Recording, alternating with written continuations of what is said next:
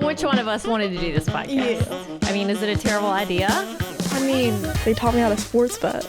Wait, you are not. All my friends from high school and cousins are like, she is your payback. Join us next week because Andias may or may not get a purity ring. We're not doing that. Nobody acts the same towards their mom as like I do to you. I can't really. Rig? Okay. My God. Okay, Mom, how do you think last week's episode went? Aaron, actually, will you go through our last episode and quickly remind us what we hit on? Yeah, I think it like started out with that kind of just like funny banter that you guys always have and just stories and stuff. Mm-hmm. But we ended up taking a turn down a little bit of like a deeper rabbit hole. Edie, you talked about like faking it till you make it. Like y'all didn't even realize that themes were coming out, but the way you guys operate and navigate the world differently, like really kind of showed and like reared its head, which is like, Edie, you're used to like putting it on, fake it till you make it, like just get through it, be polite, do it with a smile, all of that. And then Edie, you have a much more just raw approach at things, which I think is a big part of the generational difference. You guys did talk about how it's hard to get along, especially in stressful situations like before a trip. And I think that and we talked a lot about being the oldest daughter and the stress that comes with that. Mm-hmm. So maybe we start there, which is trying to figure out like, Edie, when you're in your most stressful situations, like what's going on for you in those moments, like when you're trying to get 5 kids ready for school or for a trip. And then Edie, you can respond to that. Okay. I could definitely hit on that. So like every time, as we talked about last week, almost, if we've got something big coming up, like report cards or you're going on a trip, I kind of, as they say, crash out. And I will say, okay, I have done a lot of thinking on that. And, you know, looking back, I can fully admit there are a lot of things that my mom, this is like before she ran for president, that my mom would do, say, you know, I can't really even think of any right now, that I would balk at, roll my eyes. Like, for instance, if somebody important is in town, you should go see them. You know, go see just random little things about life that I would balk at but looking back, I'm like, she was totally right. And here's the thing, like, for instance, before a trip, I will crash out because you will have one bikini. Let's use Hawaii, for instance. You'll have like one bikini, mix match socks, and nothing else on the list. Well, there's a list that's provided. You're going on a school trip. You need specific things. And I'm like, that's not being prepared. I'm not asking for you, you know, for me to specifically pick everything out. I'm asking, as a mom, I'm saying I have to send you prepared, and then with what you do with that, what you please. But I also think that I believe that once you get there, if I don't send you prepared, you will be bummed. Because many of, you know, whoever you're traveling with is most likely going to be very prepared.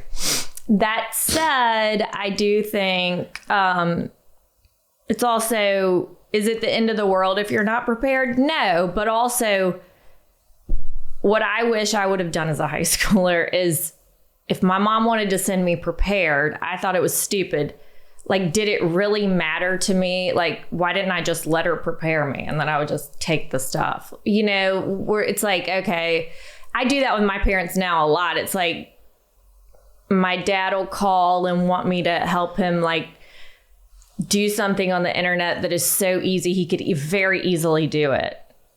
But really, he just wants me to help him.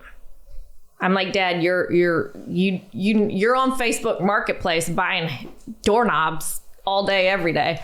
I'm pretty sure you can figure it out. But I think it's like, do I just appease him? Yeah, I do. Honestly. He wants you to help him because he wants to spend time with you? I don't know. I don't know that it's time because I don't, but I think it's just his way of reaching out and wanting to interact. Anyway, so I don't know. I don't know if I made my point there, but I do think that as a mom, you see the world from a bit of a different perspective. What you can use that, you cannot. That said, I think it's my job to send you prepared. It's like in life, it's my job to make sure that my children are prepared for life as adults. And if they're not, what does it mean about you? You failed. Well, isn't that a parent's job, in my opinion? To give them as many tools as possible to be prepared to have their own family if they wish, to be able to support themselves, to be able to get themselves out of a pickle. I mean, I'm not going to say I failed as a human, but in my opinion, I would say I failed as a parent if my children are not prepared to be adults. Is that how you see it, Edie? I mean, I kind of agree as like a parent perspective that if you don't give us the tools that we need for it to be adults, then you kind of failed as a parent. But I think that's for all parents, not just like you, I guess. I think that that's what a parent's supposed to do, and I think that's their role. And parents that don't do that are not good parents. So, I think if we're talking about grades, sure, does it, is it worth, it's not just about getting straight A's and on a National Honor Society. It's about you get straight A's, or you even get A's and B's or whatever, your GPA is a certain point, then you get into a college that you want to go to. So then you get into a college that you want to go to and you feel good about yourself when you're at school. And then you feel good about yourself when you're at school and you perform well. You finish school, you then have the confidence to go and get a job that can support you as an adult. All of these things are like, sure, can you still become a functional adult with a bad GPA? Of course. Is it a lot easier if you have a good GPA? Yes. And okay. It is very important to me that I set you guys up to be functional adults. It's not, I don't care what your GPA is. I do not, that's not, I don't know. I just don't really care that, but I do care that she has opportunity. That you guys have every opportunity. That's why I care about manners. I mean, sure, does it matter in that moment? Probably not. That said, there is, in my opinion, there is absolutely no denying that if somebody can have a conversation, if somebody has table manners, they are far more enjoyable to be around. I mean, and I consider myself not a judgmental person. That said, it is social skill. There are basic social skills that are incredibly important in real life. And so anyways, these types of things are not just how to pack for a trip, how to be prepared, when you get there, if you're going on you're going on a school trip this year, which would in 10 years be a work trip. Okay. Mm-hmm. You do your research, you pack, you prepare for different things so that you don't look homeless with your prospective client. And the thing is, sure, you can say when I'm an adult, I'll change my way. But the reality is, and I wouldn't have known this when I was your age, looking back, if you don't know how to do these things, if you don't practice it doesn't translate. And yeah. Okay. You made a face during that, AD. What was that about? Just that, she said she's not a judgmental person, but I do know she does judge people for their manners And I mean, I judge them as well. Like, I don't judge, but like, table manners. I just think that like everyone should have good manners, and I think that's just a way of life. But I guess that's just coming from my background, I guess. But I mean, I wouldn't say I judge someone's character by their manners, but I do. I mean, what do they say? What's that saying? Or it's maybe not a saying. It's just everybody's first impression is like what? 90%. Yeah, and it's just the truth. I mean, and a lot of these things are very old school. Like my generation, I think we didn't have as many practices at night, so we sat down as a family every single night rather than different times. And so, sure, is it different teaching my children table manners than it was like, we set the table with cloth napkins every night, right? Now, is that a different thing? Yeah. And so I think everything needs to evolve. That said, the basics of knowing table manners, knowing how to look somebody in the eye and have a conversation, knowing how to be prepared, these types of things, knowing how important taking care of your body is, exercising. I mean, requiring exercise is not being body negative, in my opinion.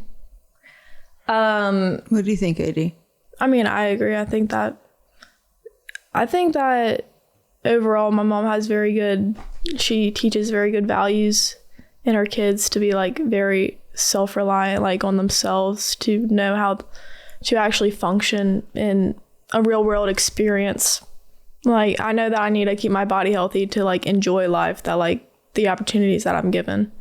And I think that, I mean, manners are important. I think she teaches us like how to be socially like acceptable in a world. Like, I think that GPA is more on us, but I think she teaches us very good social expectations, I guess. Do you know why your mom would be so emphatic about being self-reliant?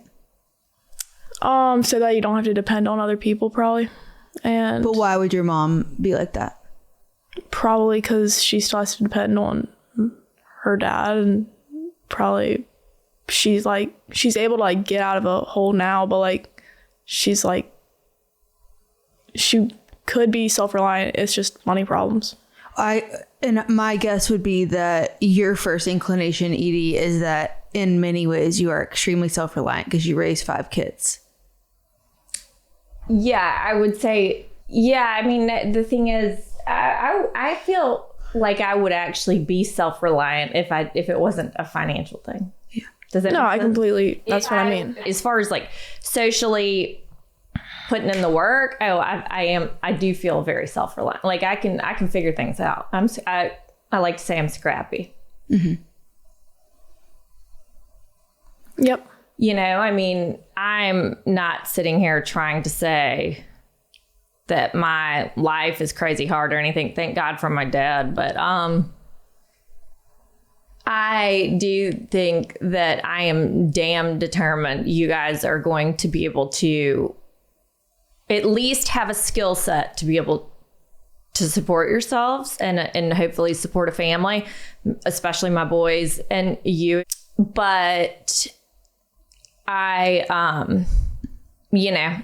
think that it is extremely important to be able to have a skill set. Once you guys have that, I feel like if I saw somebody on social media say, once you have that, if you want to go play guitar on the side of the road with a can in front of you, have at it. That said, I'm going to give you some options of degrees that you can get. You can get a second degree if you'd like, but if I'm paying for college, I'm going to give you some options that we're not going to get a painting major.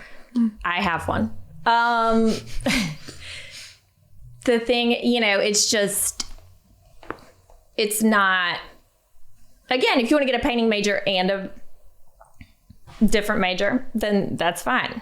But it's my job as a parent to make sure you guys are prepared for real life, because real life is far easier and far more enjoyable if you're prepared like that.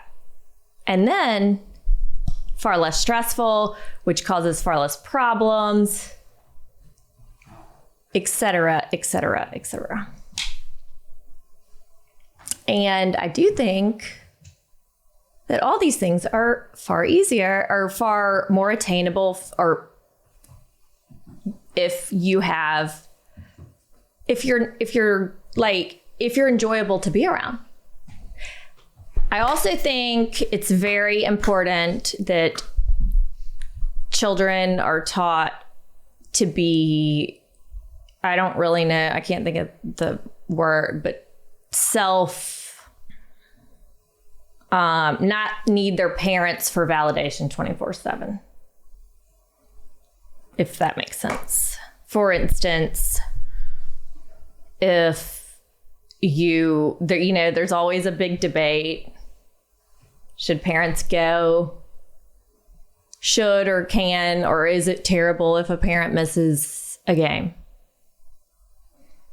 Well, I don't go to practices. Like, no. Like, I'm not judging. That said, I always wonder, like, don't you people have, like, grocery store to go to or something? I don't know. My parents never went to a practice. I know that that's not the norm anymore, and that's great.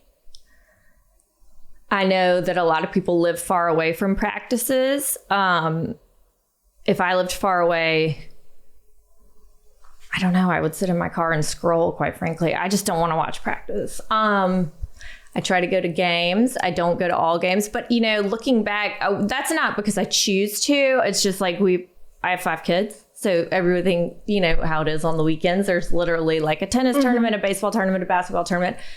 Sometimes in Florida, Mississippi, and Alabama. So we have to divide and conquer. That said, looking back, I do think, I'm not saying it's right. I'm not saying that that's how you should raise your children. I'm saying I do think that there are some pluses, because one thing about all of my children, even like Dixon, who I would say is more, he likes being with his with me, like he's probably my other out of my 3 big kids, I would think. Don't you agree? Yeah. But I will say I see no dip in their performance when I'm there or if I'm not there, which I find very interesting. And I have my 3 big kids are very different. And I see that with all 3 of them. And I kind of wonder if that's because I read something one time and it was like, it's good to skip a game every once in a while because you do not want your children performing for you. You want them performing because that's what they're supposed to be doing, which is really interesting. I'm not saying it's right. Edie, what are your thoughts on that? I mean, well, like whenever I first started tennis, like I kind of went to a tournament like every single weekend with like different parents, like a different family. Because like you also had like 4 other kids. Like I don't blame you. Like I didn't really care. It was just kind of like a free vacation every weekend, something to do. Get out of the house. Yeah, when you were going to those like level 6 ones. I like used to go to a tournament every single weekend. But then like once school season started, you like would actually come to the matches, and like I don't know, I kind of like made me like perform like worse, kind of like I don't know, because you always like, that's why I hate, oh my gosh, she talks whenever I play tennis, and like I can't like deal with other voices, like especially hers, because like she was like never like, I like didn't grow up with it, like to like when I first started competing, like I didn't like grow up with like her like talking to me. So whenever Pop comes to, like he always like tries to talk to me like run or something. Like I don't get annoyed with him saying that, I just get annoyed with him like talking to me during matches. Like same thing with coaches. Like I just don't need other people to like tell me what to do whenever I play tennis, because like it's my own sport. Like I know what I need to do. It's just like my ability of doing it, I guess, if that makes sense. Like I'm very like I can do it on my own. Like I don't really give up on the tennis. Like I hate to lose, so I don't really like give up a match, like unless I just don't want to be there, period. Do you know what? If you had to think about why it bothers you, what do you think you'd say? When I already know what I need to do. Like I'm a very like, I know how to play tennis. Like I know where to place the ball. Like I know tennis strategy pretty well. Like, and when other people tell me, like, I already know it. Like whenever like a coach tells me, like, I just say, yes, ma'am, and like walk off. Cause like, I already know what they're going to tell me. It's just like the ability of me doing, and that's what I get annoyed with whenever I play. It's like, it's actually a very mental game, I guess. I don't know, but it helps me with independence, I guess. What do you think is different about the way Edie, your mom, raises you versus like your friends' parents? Like, is there a difference? I mean, I think that there's a difference between how like you raise me versus my friends. Not like you don't raise my friends. Wrong way to say it. But I think that I have one example, like one of my friend's parents like always talk to her like whenever she's having like problems or whenever she's like mad, always gets her like sends her emails about like how like she needs to talk to somebody or anything. And it's like not because like I think that parents give their kids like way too much attention almost. Like I think that like it's good to talk to your kids completely. Like I think you should like know what's going in their life, what's going in their head, like to like make sure that they're okay, period. But I think that parents like giving too much attention is like they're not going to know how to function by themselves, if that makes sense. I mean, it's easy for me to say because I'm not a parent, but as a parent, I totally see, because like you want to micromanage so like you lead them to success. Like they are your project basically. I don't know, that's what I think of. But I mean, you don't want to lose. Yeah, that makes sense. No. You don't want to lose. You're like, I think that's what I think of. I'm a big believer in, you know, you don't have to be super athletic. If you put in the work every single day, you grind every day, you can be just as athletic as the child that's born as, you know, or possibly beat them, right? I believe that in life too. I'm like, okay, if I can help them, if I can put stops in place and help them have good grades, be able to speak to adults, be able to talk to a therapist if they need to, you know, different things. Then the emotional part, I recognize I'm not great at it. Honestly, I don't even know what's right and what's wrong half the time. That said, I feel like as people, you will be equipped to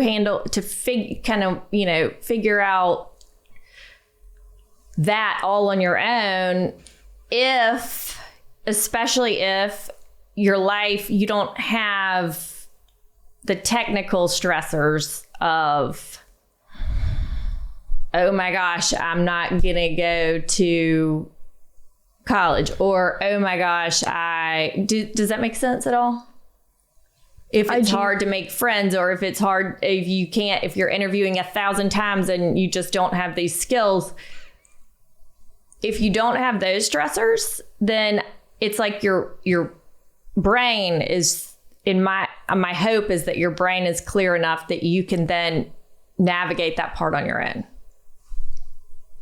Because quite frankly, I am fully aware I am not equipped for that. Valid. Which part? Which part are you not equipped for? Teaching them how to be like good with their feelings. Like, I'm happy to talk to them about it.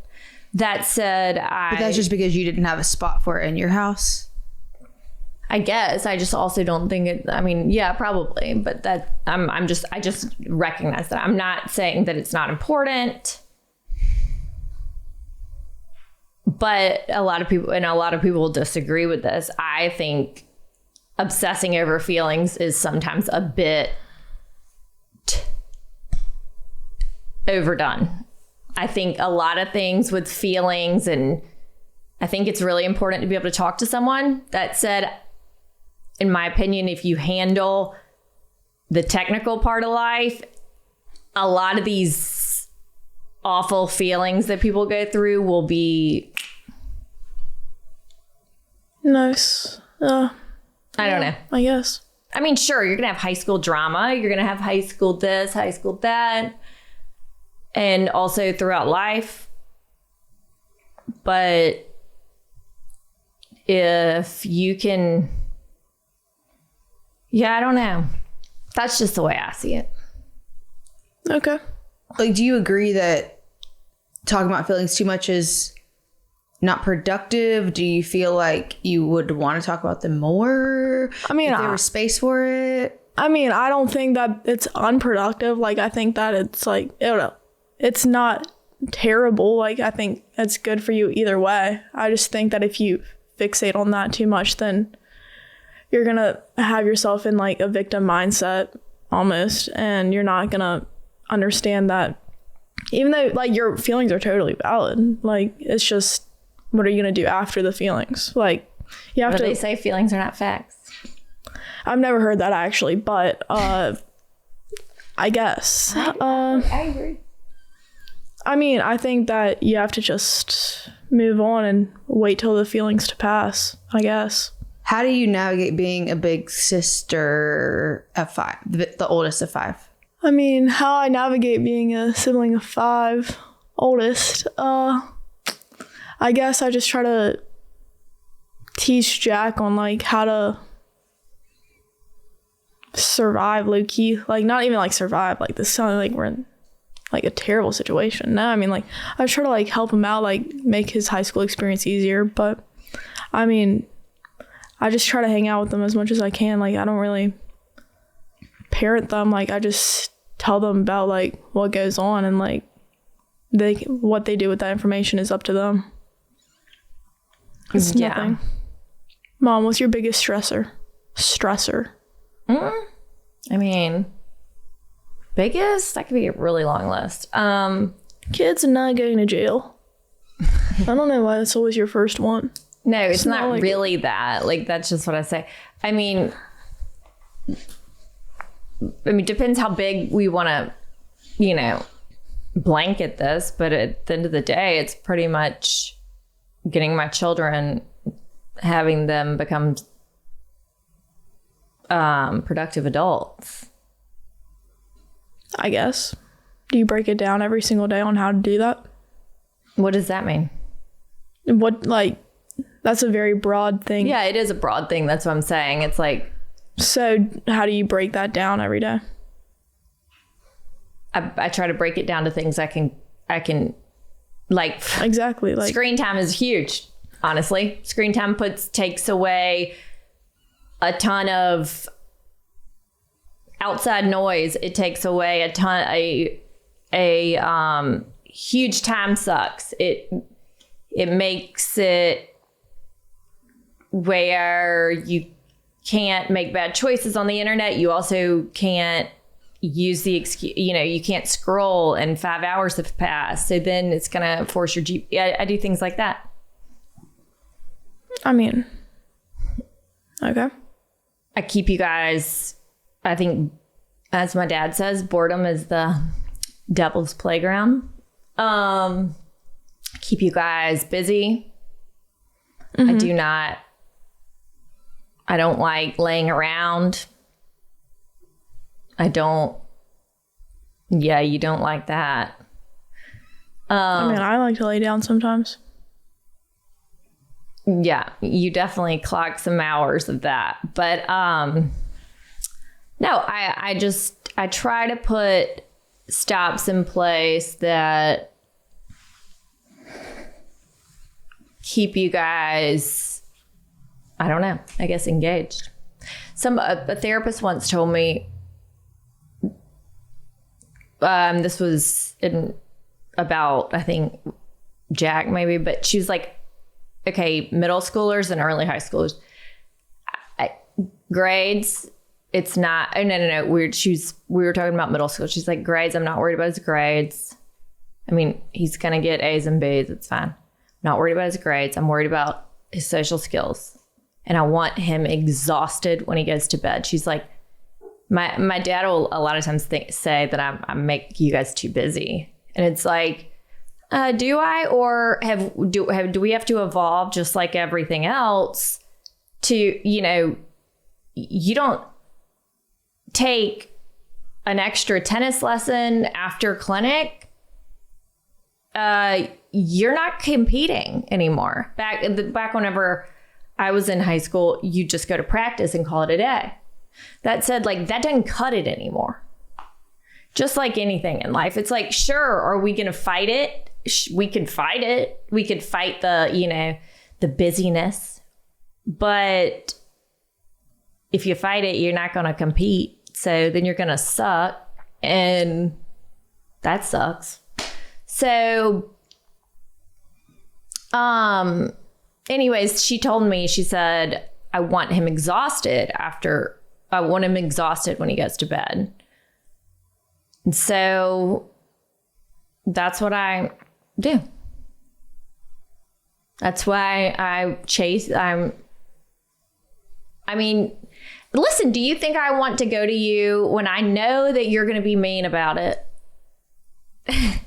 And say, and I understand, sort of. Do you think I want to like walk upstairs when I'm like kind of tired at the end of the day and be like, go to your lesson?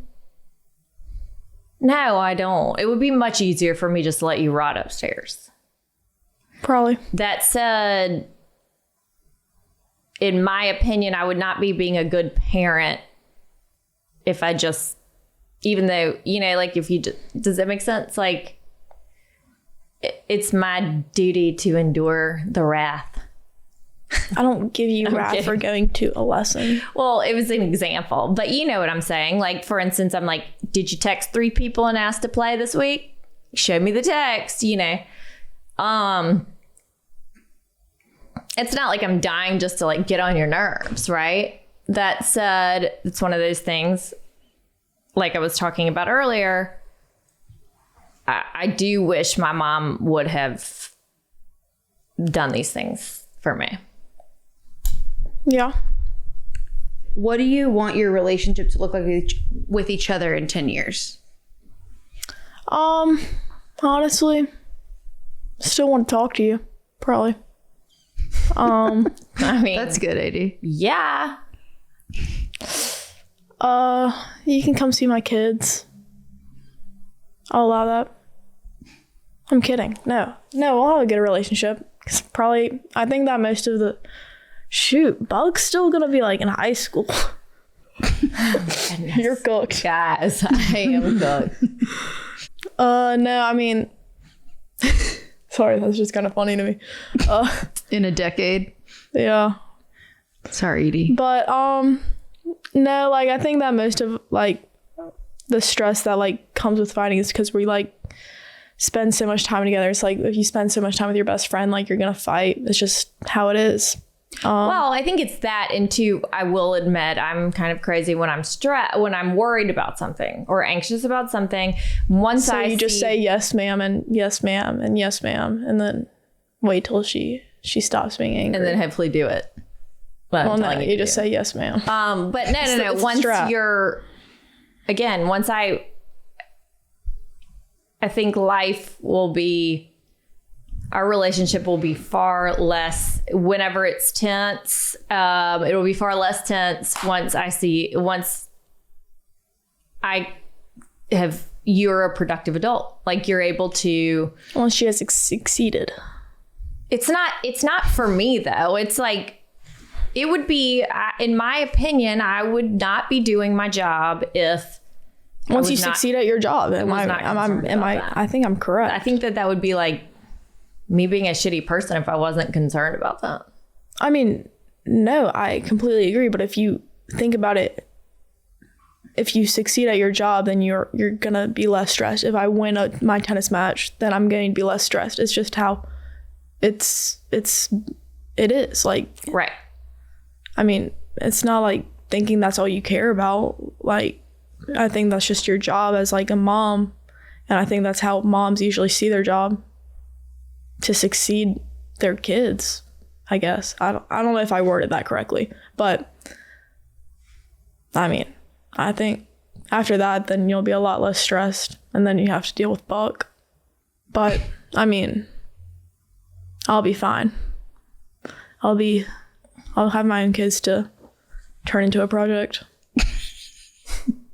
Anyway, guys, tune in next time with It's Not That Deep. Comment, like, and subscribe. All 3, please. And we'll see you next time. Bye.